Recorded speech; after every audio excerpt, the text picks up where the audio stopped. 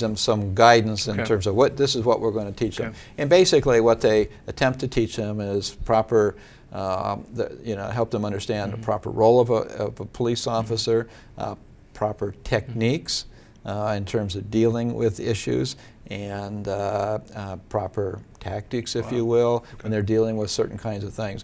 And they get into those police stations on a daily basis. One of our companies from Owasso is dealing with all the Iraqi police stations in the town of Mosul. Wow. And they're essentially they take their instruction from this international organization that guides them in terms of here's what we're going to teach them. Then they just do that on a day-to-day basis. That's amazing. And interact side by side with them. It's got to be, you've got to be very proud, because you talk about the diversity of units that are over there and the quality of the job that they're doing. It's the impact of what they're being able to do. And when these young men and women come home, what types of inbound processing or outbound processing do they? I don't know what the appropriate term is, but how do you make sure that they're checked out, taken care of, and those types of things when they come home? Yeah, we've really learned over the past 4 years a lot of issues when they come home. And we just welcomed home Echo Company of the 125 Infantry Battalion up in Big Rapids, and as I welcomed them home and told them how proud of them I was, I said, hey, I just want you to know that the job is not done until you have made a completely successful transition back into your family and back into your civilian life. And then I talked to them about that a little bit. What happens when they come home? They generally arrive from Iraq/Kuwait, come back to the States to what we call a demobilization site. And that's any number of places in the country. When they get back, they get physicals, look and make sure they take care of that. They do all the paperwork they got to do to make that transition. They also do what we call a post-deployment health survey. So we can look at things we're concerned about, any kind of health issues, but post-traumatic stress disorder, any TBI, the traumatic brain injury, and we look at all those things, and then we kind of talk to them about, I say we, the active duty Army will do that, talk to them about some of the things that they ought to think about as they come home and transition. So then we bring them back to Michigan and we welcome them home. And then we talk to them again about some of the issues they may face. But what we know is that, when they come home, there's 30 days, 60 days, where so it's a honeymoon kind of thing. Right. But then they begin to see some of the issues they may have to deal with, whether it's post-traumatic stress disorder or whatever. We do a number of things. We do another post-deployment health survey, contact them, go through it.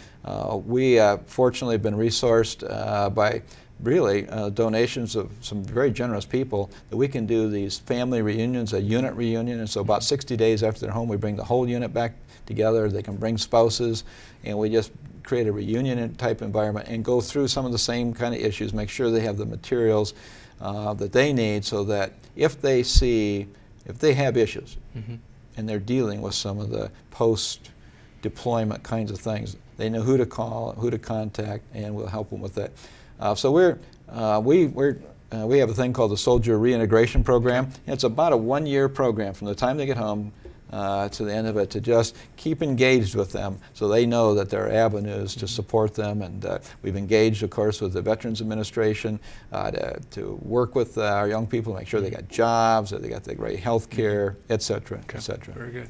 Are there any particular things that you've seen with these post-traumatic brain injuries that is of concern? Sort of the things I've read up is that sometimes it takes several years for these to sort of come to fruition. Are there any types of different physical requirements that are physical needs that are different than other wars that you're seeing? Well, of course, the post-traumatic stress disorder, I think, is something we've seen in every war, because it is truly a reaction to something that's happened. The traumatic brain injury, I think, because of the IED threat, such a difficult thing. We get people that are, the explosion occurs, they may not be wounded, everything seems fine, but then later they may start getting certain kinds of symptoms, and they may have had a traumatic, the brain may have been rattled, literally rattled, enough that all of a sudden they see problems down the road. And that's really what the TBI, the traumatic brain injury, is. If they've been around an explosion, even though there are no visible signs that they didn't get hit by shrapnel or anything, but they could be enough movement of the brain that it could cause a problem. So we're trying to be very, very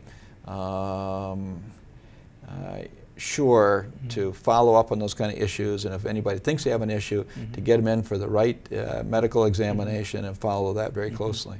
Well, it sounds like from what I've read that good old American technology is keeping so many more in medicine, or keeping so many men and women more alive because of the advances, and I'm sure that's putting more stress on the system.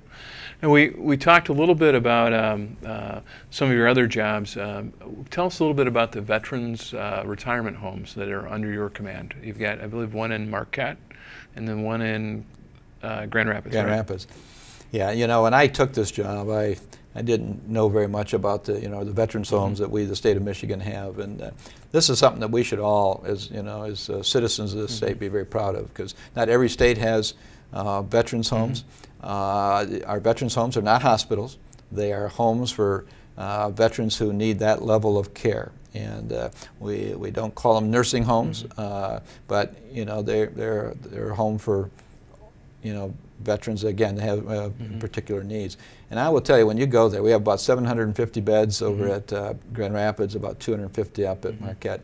And when you go there and you talk to those veterans that are there, they just are so grateful for the great care they get. They feel very honored to have the level of care. The staff at both the homes are absolutely incredible. They love those veterans and they serve those veterans, and it's really a labor of love for them. And so I'm just really encouraged by that, because that is a great way to treat our veterans. Those folks have served our country, served it proudly, and so now the state has provided an affordable place for our veterans to be at that point in their life.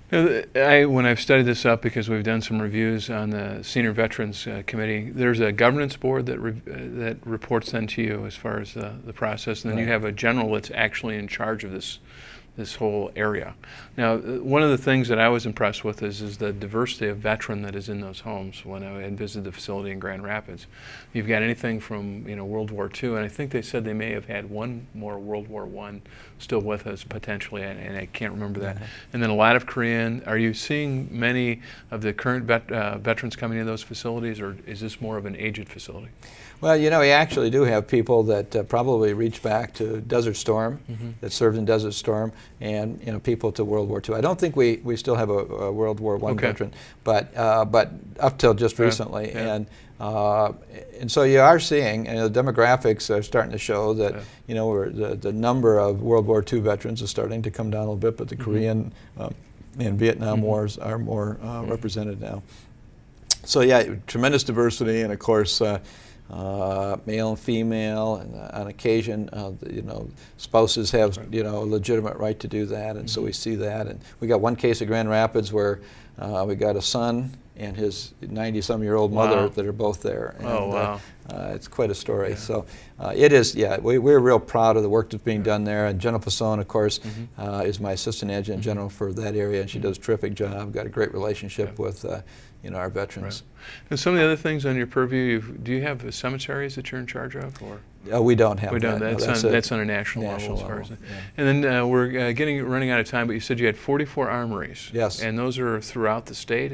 Yes, well, it's kind of the hometown, armies, and 44 of them all across the state, and we're really pleased. I mean, that's really the nature of the Guard, is to be that, that hometown military, if you will, and one of the things our nation should learn, and we should never go to war again without the Guard being involved, because that's that way America is involved, and you see that when our units leave or when our units come home, and sadly occasionally we lose a soldier.